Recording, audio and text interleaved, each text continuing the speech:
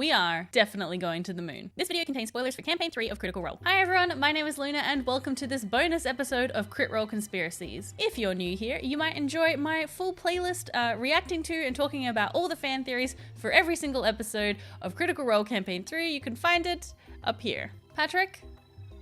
This one's for you. Today we are talking about the announcement that Spelljammer is coming to 5th edition, and this means big things for Critical Role. So if, like me, you came to Dungeons & Dragons in 5th edition or even 3rd or 4th edition, you might not be familiar with Spelljammer. So let's take a little look at what Spelljammer actually is, and then we'll talk about what it means for Bell's Hells a little bit later. The term Spelljammer is two things. First, it is the name of ships that fly through space. They're called Spelljammers. It's also the name of the campaign setting that was released introducing these ships to D&D 2nd edition in 1989. The cover of the book is just about the most 80s thing I've ever seen in my life. I'm obsessed. And it was followed up by The Legend of Spelljammer in 1991, War Captain's Companion in 1992, and the Astromundi's Cluster in 1993. The main feature of the setting is that you get to fly ships through space, and not like a rocket ship, like an actual navy ship, like a seafaring vessel. From the 2nd edition sourcebook itself, the Spelljammer game puts you in command of a fantastic ship capable of spanning tremendous distances between planets.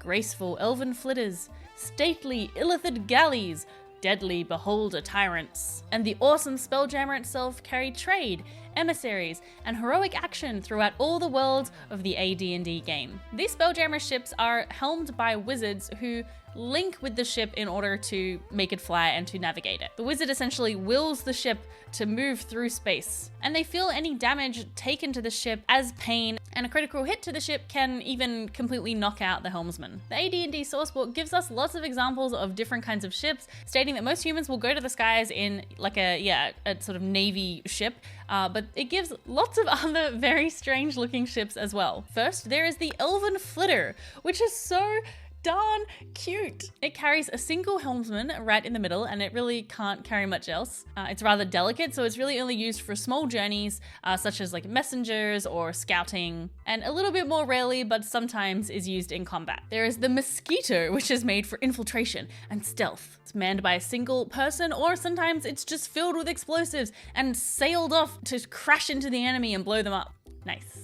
There is the Dragonfly, which is operated by 3 crew and is ideal for smuggling or adventuring. It can land and take off in a hurry, which is great if you're a party who's constantly doing a hot exit. Let's move on from the insect-inspired ships to the downright strange ships, like the delightful Beholder Tyrant ship, which can come in any one of these horrifying variations. The Beholder ships have these little like holes kind of in them where the beholders just like slot into, and then they fold their tentacles in and they just hang out in there while they're flying through space. And then there is an eye mother, which is like a big mama beholder that sits in the middle. Whilst they are all tucked in there, they can combine their powers to form a massive eye ray. I'm talking huge. It's 1,200 feet long and 300 feet wide. And just like beholders have different eye rays that come out of, their different stalks, the Big Mama beholder can choose what kind of eye ray it's going to be. No, thank you. That doesn't catch your fancy? How about a Mind Flayer Nautilid? We've actually seen one of these in the incredible cinematic for Baldur's Gate 3. It's one of my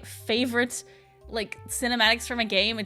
I've watched it so many times. Haven't actually finished playing Baldur's Gate. So freaking cool. Personally, I'm rather partial to the Hammer ship myself. I mean, come on, you know that you want to fly around in space in a giant shark. Who wouldn't want that? It can carry a large crew, and unsurprisingly, it has a battering ram in the front, and it also has cannons and turrets and catapults. Now, of course, we don't know what kind of ships we're going to see in Spelljammer 5th edition, although I'm holding out that we're going to see this extremely extra one, but we do have a bit of an idea what we can expect from this new Spelljammer. Here's what they've said in the announcement. Home of the stars and gateway to the heavens, the astral plane teems with excitement and possibility.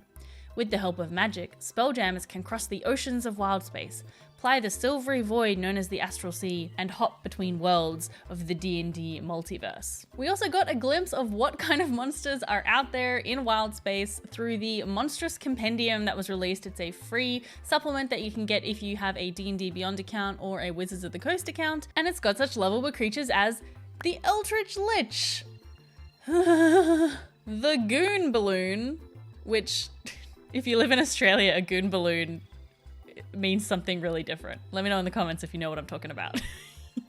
The Nightmare Beast. And this was not released in the compendium, but was shown in the direct.